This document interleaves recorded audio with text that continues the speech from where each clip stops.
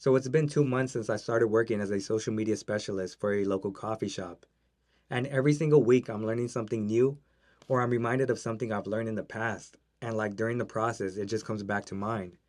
So I feel like it would be beneficial to start sharing some of these insights with you, whether you're a creator or a business, because I feel like it could help you make better content. So let's get right into it.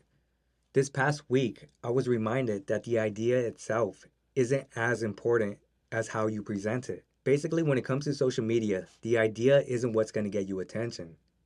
I mean, in some cases, the idea is so big that it will, but for the most part, what's more important is how you frame that idea. And you could go about this in many different ways. For example, the style in which you create. But I feel like a lot of people struggle with framing their ideas in a way that people would want to watch what they're creating. For example, a lot of businesses just post product shots thinking people care about it. But the reality is, people are selfish. Nobody cares about your story or your product until you tell them why they should care about it. How does it affect them, whether you admit it or not? Most people only care about themselves and the people around them. So why should someone care about the products you're posting? And that's where framing plays a big role. So a good question to ask yourself before posting anything is simply, why should someone care about what you're posting? So let me break down my two-step process to creating and presenting ideas on social media. Step one is to create selfishly. And I know I said not to post selfish content, but we're not going to post this just yet. This is the very first step. And I believe creating selfishly is the best way to start because it's authentic, and authenticity resonates more with others, and it'll never go out of style because it's the truth. So, the way we go about this process at the coffee shop I work at is I usually provide a question or an idea to the co owner, or I simply let him tell the story that he wants to tell.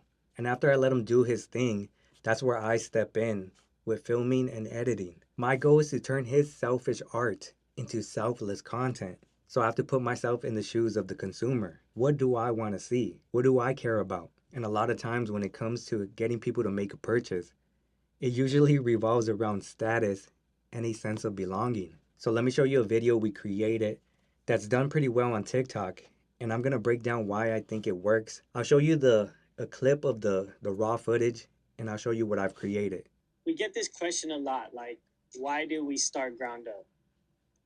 Um, and for those of you that don't know, I went to business school, and a lot of what you learn is find a problem to solve. So this video is about 7 minutes long.